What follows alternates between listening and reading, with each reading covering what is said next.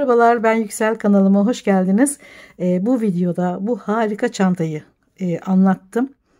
Değişik bir çanta, değişik bir malzeme kullandım.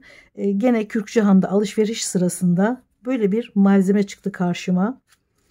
Polyester rafya ip. Hemen aldım. O anda işte kafamda bazı bir şeyler canlandırdım, çantalar filan.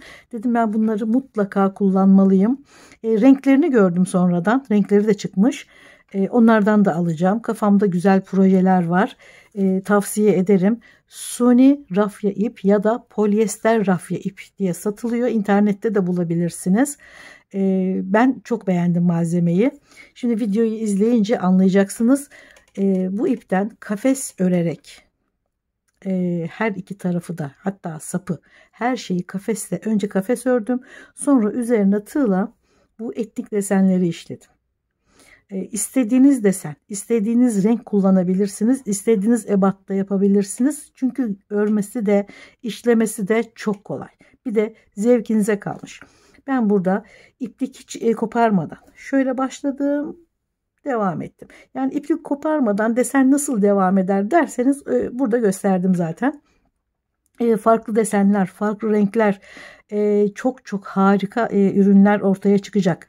Ben malzemeyi çok sevdim. İsterseniz siz de deneyin. Burada bir denedim. Çünkü tek tek ördüm. Biraz farklı bir dokusu var çünkü. Çantayı bütün halde örersem nasıl durur onu da görmem gerekiyor. Parça parça örersem nasıl durur onu da görmem gerekiyor ki yanlış bilgi vermemek için videolarda. Şimdi çok güzel büyük bir plaj çantası da çalışacağım. Runner çalışacağım. Şimdi onların projelerini de yapıyorum. Yani ben örgü iplerime bu ipi de katıyorum. Pek çok projede kullanacağım bir ip oldu bu. Çok beğendim malzemeyi. Dediğim gibi internette çok rahat bulabilirsiniz. Bu ipten bahsettim videoda ama bu ipi atladım, unutmuşum anlatmayı. Gene kiloyla aldığım iplerden kalın pamuklu ip. Yüncülerde, iplikçilerde, tuhafiyelerde bunları pek çok marka zaten çıkartıyor artık. Yani ulaşması çok kolay.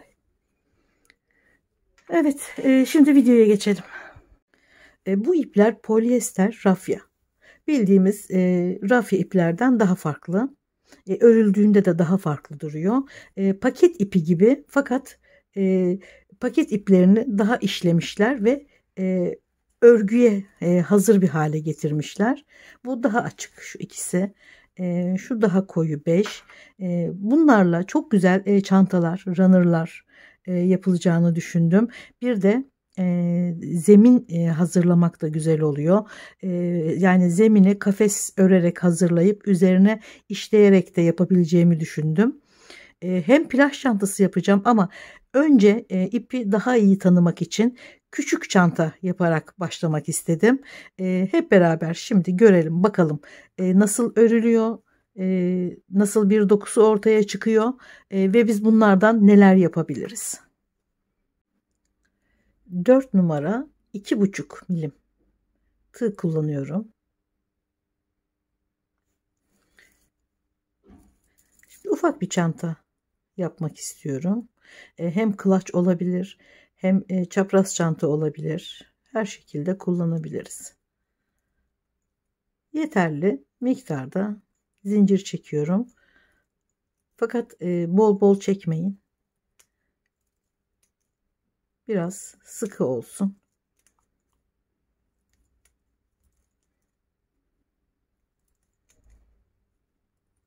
Bakın hiç ip gibi durmuyor. O yüzden biraz temkinli öreceğiz. Belki çantayı bütün halde örmemiz pek güzel görüntü sağlamayabilir. Tek tek örmekte fayda var gibi görünüyor duruşundan. 57 zincir çektim. Bu yeterli bence. Şimdi 57 zincirden sonra 1, 2, 3, 4, 5. 5. zincire batıp ikili trabzan. Bir zincir, bir tane Boş bırakıyorum diğerine.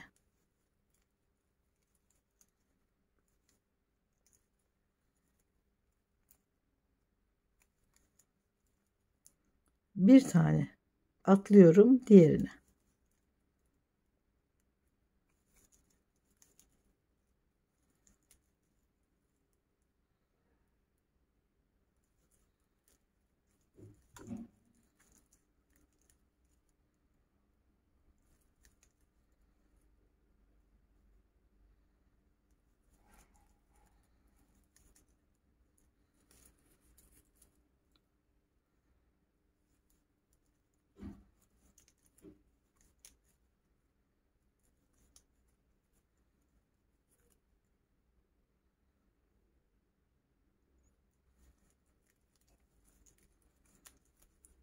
Arada bir zincir, buradan da bir zincir atlıyoruz. Bu şekilde kafesler oluşturuyorum. Son kafesi örüyorum. 27 kafes. Sadece boşlukları sayarak 27 boşluk, yani kafes ördüm.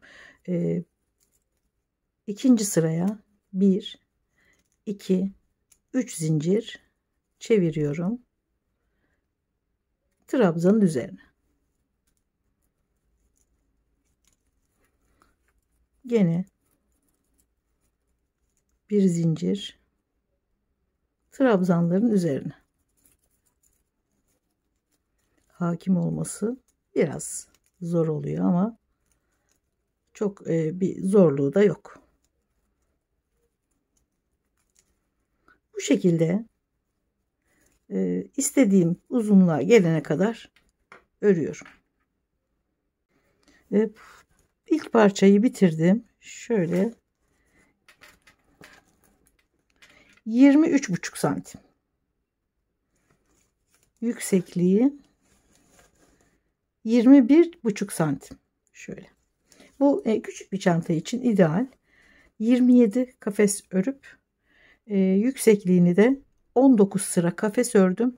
Son sırayı trabzan ördüm. Yani boşluklara birer kere battım. Trabzana, boşluğa, trabzana, boşluğa. Bu şekilde trabzan olarak bitirdim.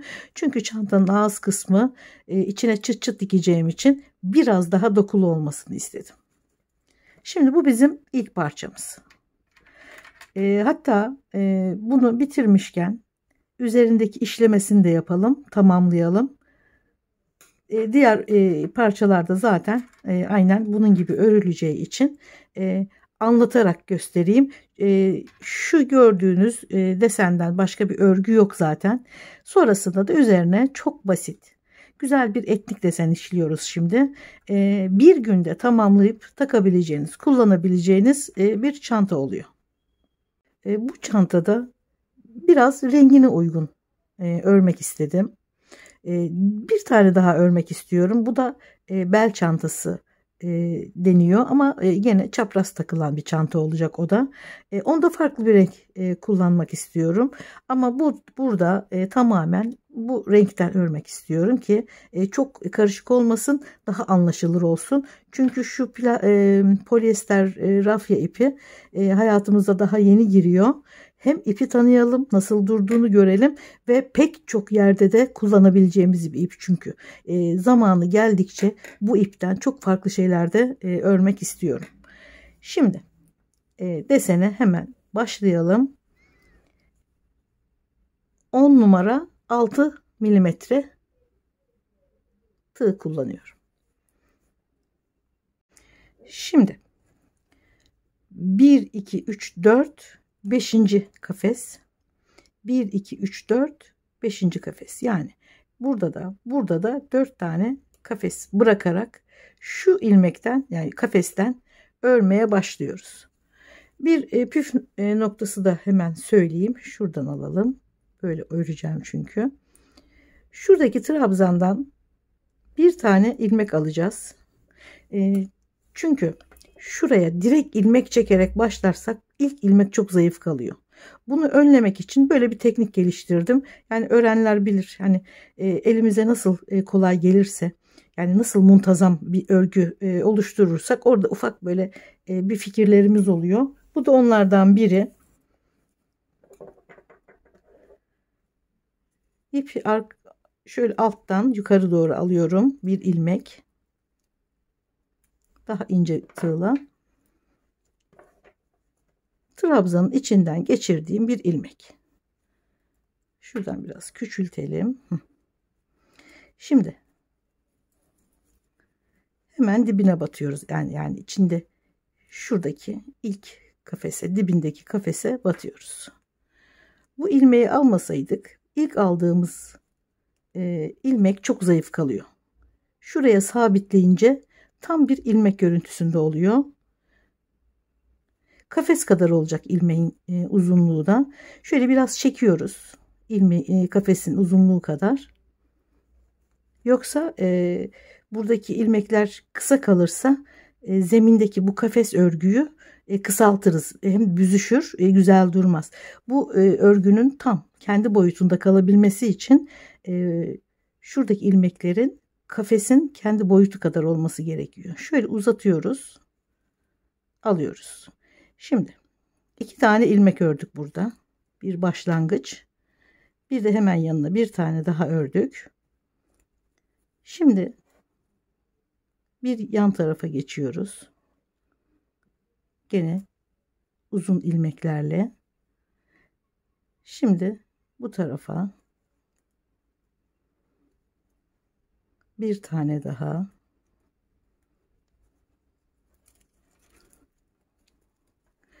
Şuradan başlamıştık. Etrafında örüyoruz.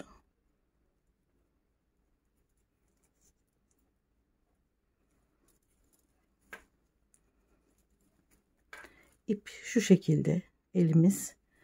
Buradan idare ediyoruz örgüyü. Hep etrafında dolanıyoruz. Bu güzel etnik bir model.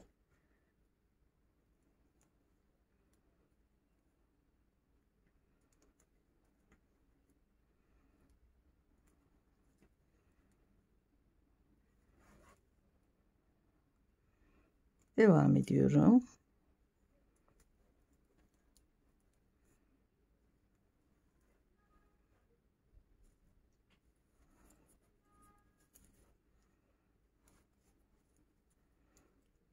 Şu biraz keselim.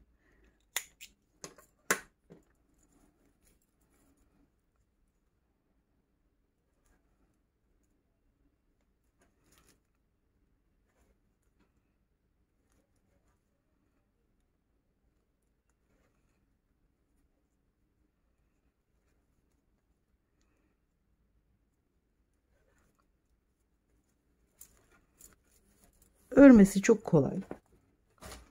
Hem de zevkli. İstediğiniz deseni çok doğaçlama olarak çıkartabilirsiniz. Yeter ki giderken döneceğiniz ilmekleri bırakmanız gerekiyor.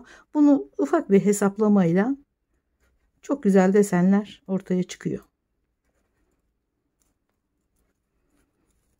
Başladığımız 2 ilmeğin etrafında dönüyoruz.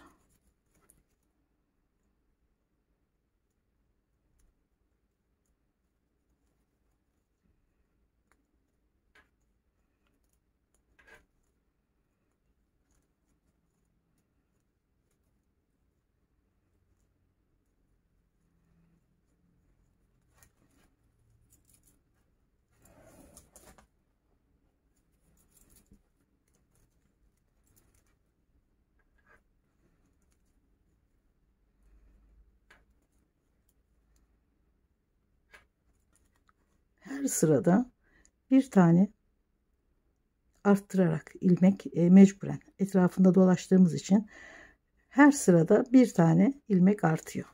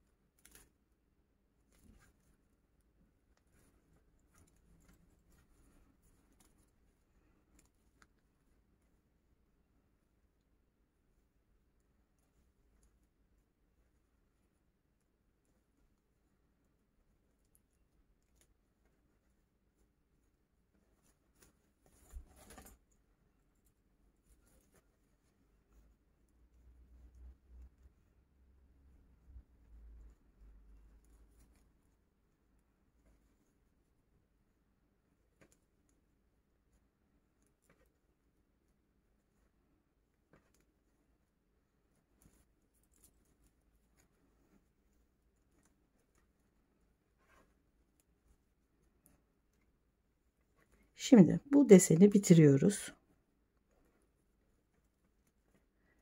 Şuradan başladık. Döne döne çok basit bir şekilde ördük. Fakat ipi koparmadan diğer desene geçeceğim için bu sefer daha farklı öreceğiz.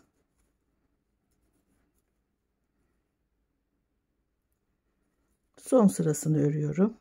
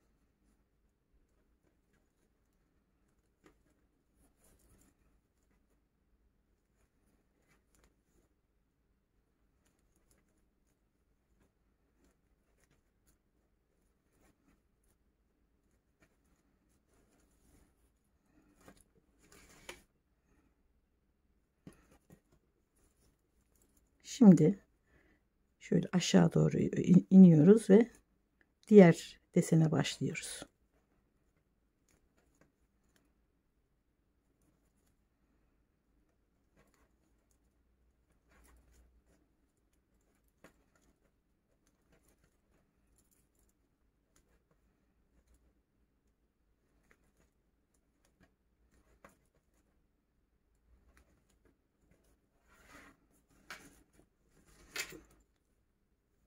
Şuradan başladık.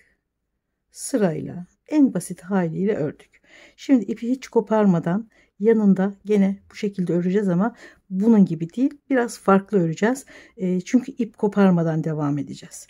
Çok zor gelirse bu şekilde örmek, ip koparmadan örmek, bunu burada kopartır sabitlersiniz, tekrar başlayabilirsiniz ama bu şekli, yani ip koparmadan örmesi çok daha kolay.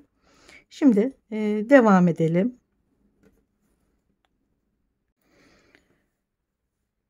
Ortadan başlayıp 2 ilmek etrafında en basit haliyle örerek bitirdik.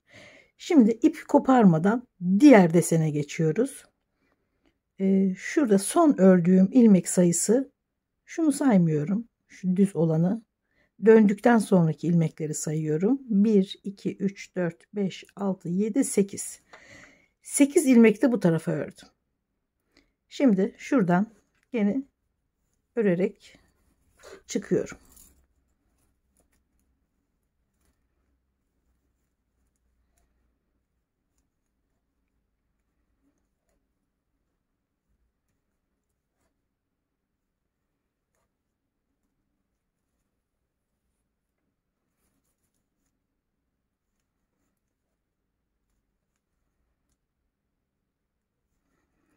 Yedi tane ördüm.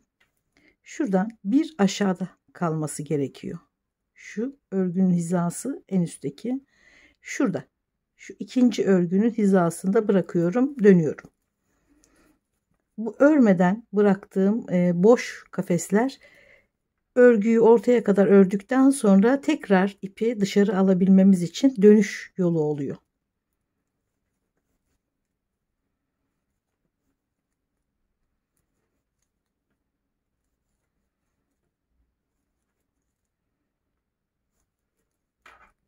Burada da bir taneyi boş bırakıyorum, dönüyorum.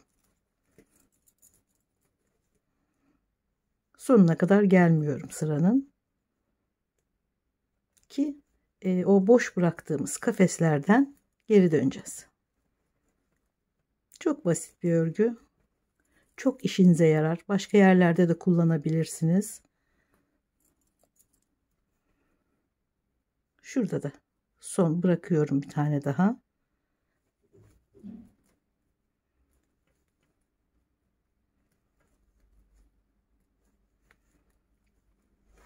Gene sonuna kadar gitmiyorum. Bırakıyorum. Bakın mesafeli, yani hep bir sıra boş bırakarak ilerliyorum.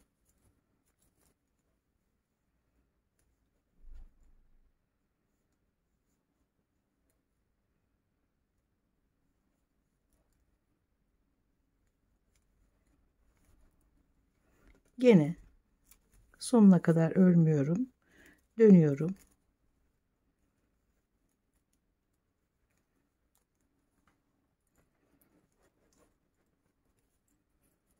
Her sıra dönüşünde bir tane ilmek eksiliyor zaten.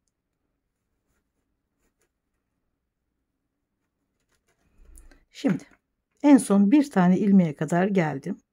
Şimdi yandakine geçiyorum.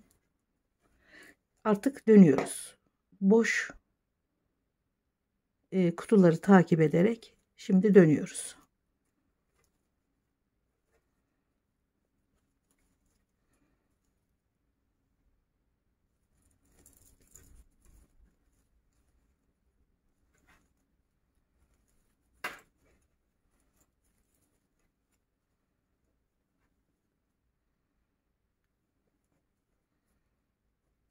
Zor gibi görünse de son derece kolay.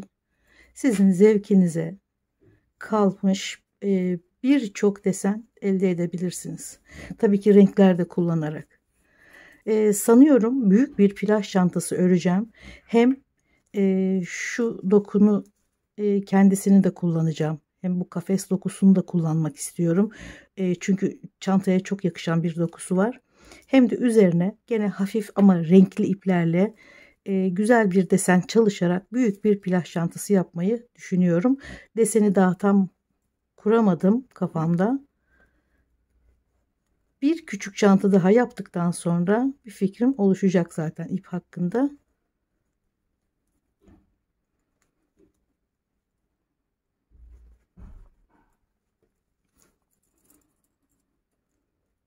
Yanlış bilgiler vermemek için önce tanımadığım ipi kullanarak bir fikrimin olmasını istedim.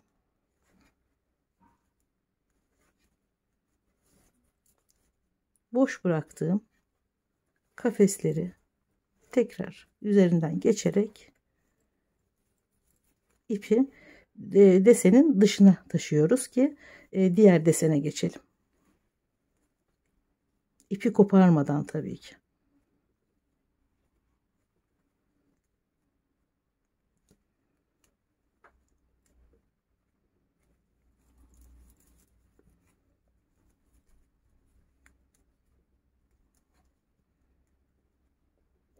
Şimdi şurayı da bırakmıştık. Aynı hizasındaki kafesi. Burayı da tamamlayarak desen, yani şuradaki desen tamamlanıyor. Bir tane daha desen örüp şuradaki boşluğa geçeceğiz.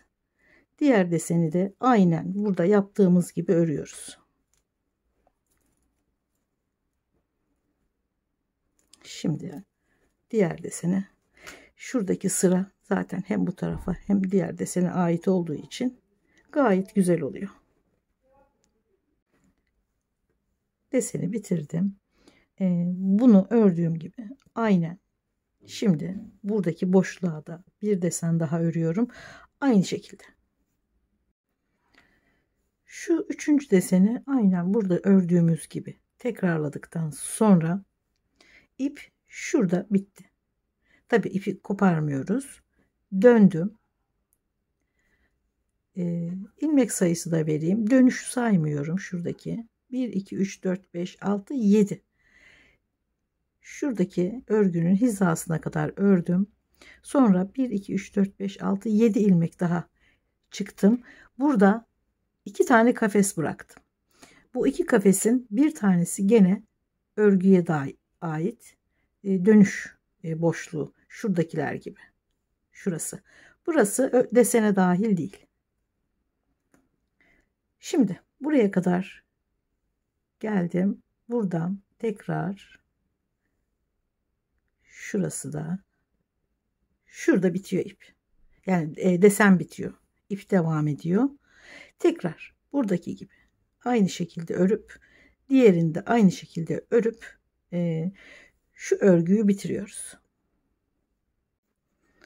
Son deseni de anlatmak istedim.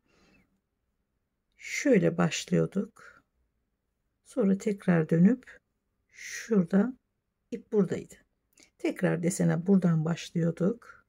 Sonra dönerek gene ip buradaydı. Gene aynı şekilde başladım fakat ipin burada kalması gerekiyor. Burada değil. Yani şu altta kalmaması gerekiyor. O yüzden şuradaki ilmekleri en son kafese kadar ördüm. 2 kafes kalana kadar devam ettim. Şunun hizasından şöyle gene boşluklar bırakarak ortaya geldim. Tekrar şimdi bu boşluklardan şurada bitiriyorum. Sonrasında şurayı örüyorum.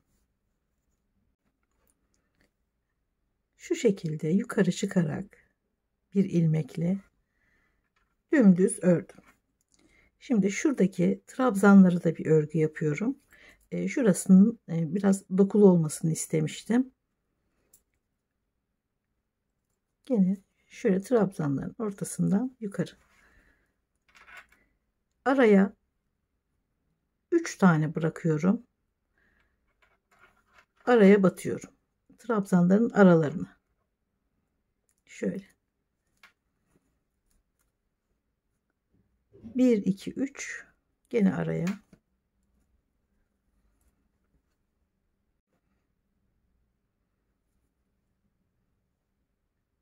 Bir, iki, üç tane bırakıyorum araya. İlmeği de uzatıyorum tabii ki.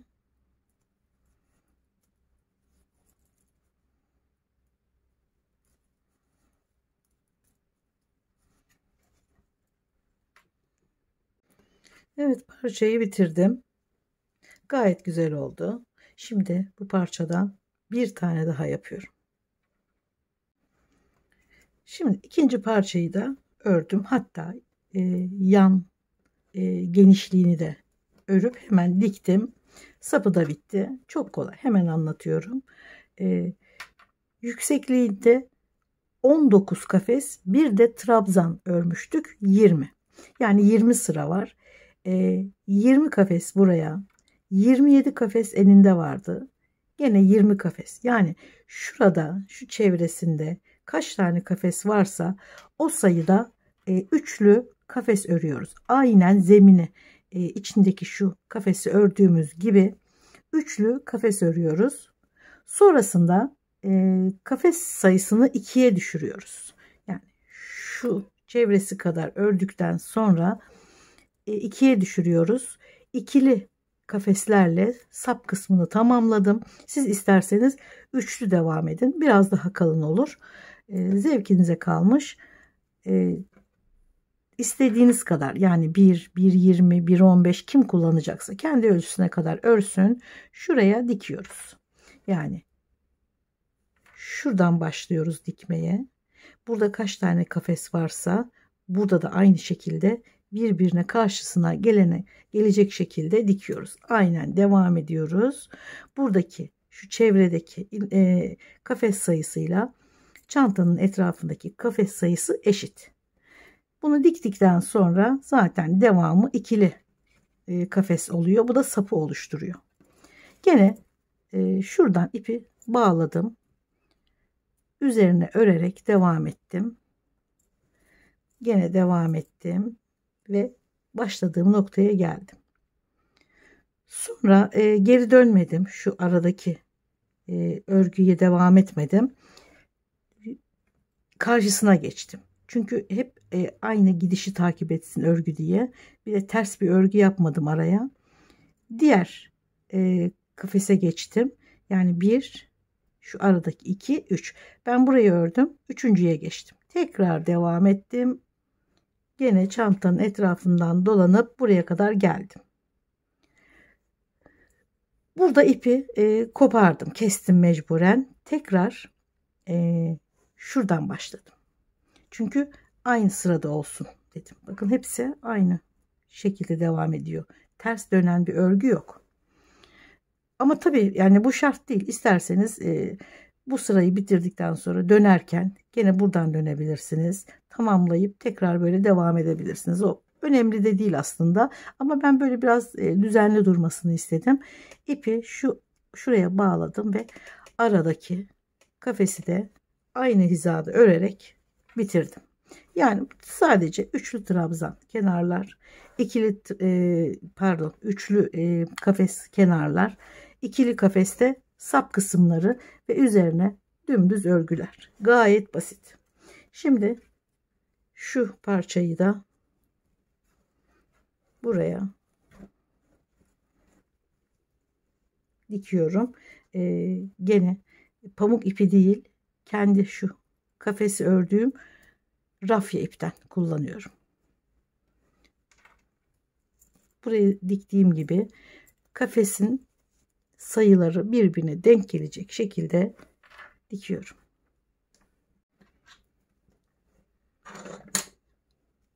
Şurada zaten kafesler o kadar belli ki. Bakın. Şunların hepsi kafes.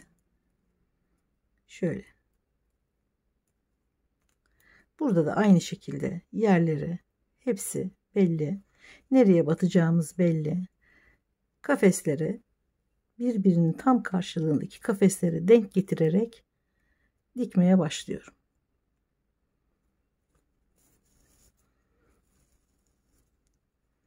Bunu tekrar şuradan içeri alıp sağlamlaştırıp kaybedeceğim. O sorun değil.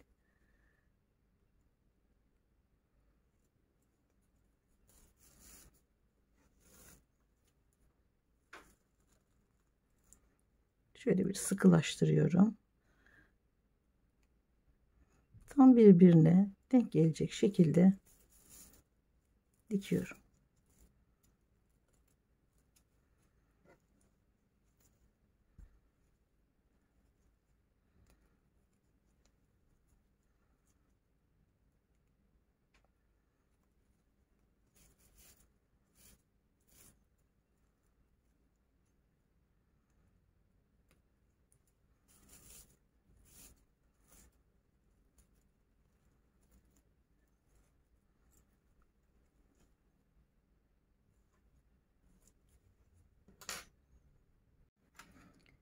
Şöyle manyetik çıçıtları dikerek çanta tamamlanıyor.